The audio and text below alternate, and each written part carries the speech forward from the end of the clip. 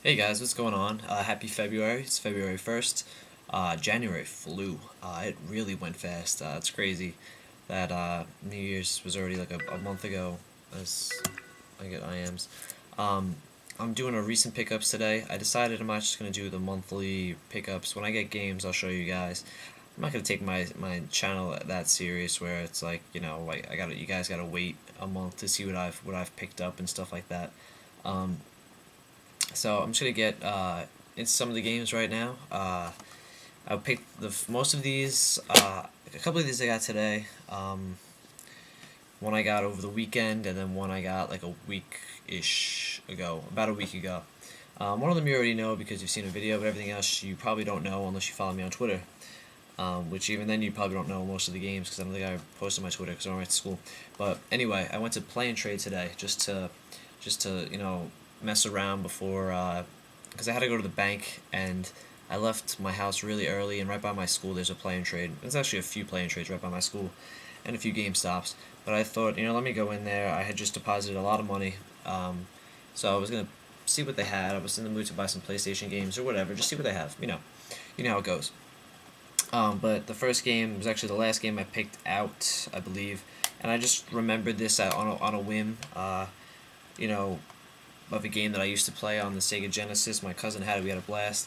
It's Road Rash. It's not complete. It's just a loose cart. But it was only like $2 or $3, something like that. It's just a great game. I'm probably gonna review this Friday for my site for Flashback Friday, but awesome, just an awesome racing game. It's motorcycles. You can, if as you drive it next to the guy, you can hit him. You can punch him. I know, and I don't know which Road Rash it was, but one of them I know that you could like pull out a chain and whip the guy next to you, which was awesome. Then they fall, you'd crash into trees and signs. It was a blast. We used to play it on Sega Channel. Definitely dating myself a little bit with that, but we used to play Sega Channel, which is definitely one of the coolest things ever. It's just amazing how that thing was so ahead of its time. But Road Rash on the Genesis, awesome game. I gotta hook up my Genesis. It's actually in the closet right now.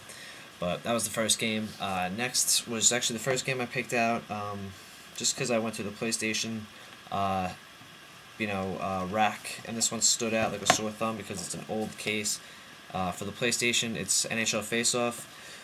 I'm a big hockey fan, so finding this was pretty cool. The one reason I like buying old hockey games, like I've stated before, I like seeing who was on what teams, and this is when I was in the prime of my you know childhood. This came out in like 95, 96. I was like 8 years old.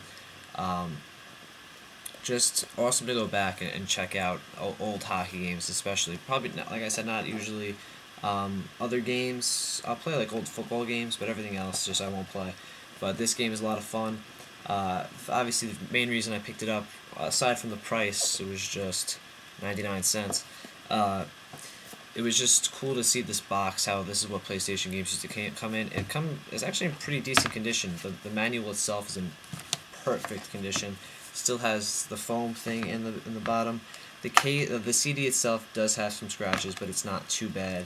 Where I don't think it'll play, but I just wanted to pick it up just because I like old hockey games. So throw it over here. Next up is a game I just picked up because I was gonna pick up Twisted Metal, the original one, but the case was in crappy condition. It was greatest hits and whatnot. So I just went back and saw this on the wall. It's Counter Strike on the Xbox. I had this when it came out. This is actually the reason why I picked up an Xbox. Um, well, it's 2003. I still remember when I got this game. Back in the day, me and my friends were huge Counter Strike players. This back like 2002 ish, 03, 04. Back in the first like probably 2 years of high school. Back in sophomore and freshman year, which is now a little while ago. But we used to play this game. We used to play it till 3, 4 in the morning. Wake up, go on there at 9 in the morning, 10 in the morning, and just play. I'd play before school, play when I got home from school. It took over my life. It's probably the game I've put the most hours in over anything. It's just a fantastic game. I'm sure people are still playing it now. I don't know what it's up to. I know Condition Zero came out, and then it went to Steam. I liked it on the Source. I think that was the original. I don't know. That's when I played it, and it was awesome. This one's not as good by far as the PC version, but it's still pretty fun. The case is in shitty condition, just along with the insert in the front, and there's no manual. But I just picked it up anyway, just because I'm just gonna add it to the collection. Next game, I haven't played anything, and I don't really know that much about it, to be honest.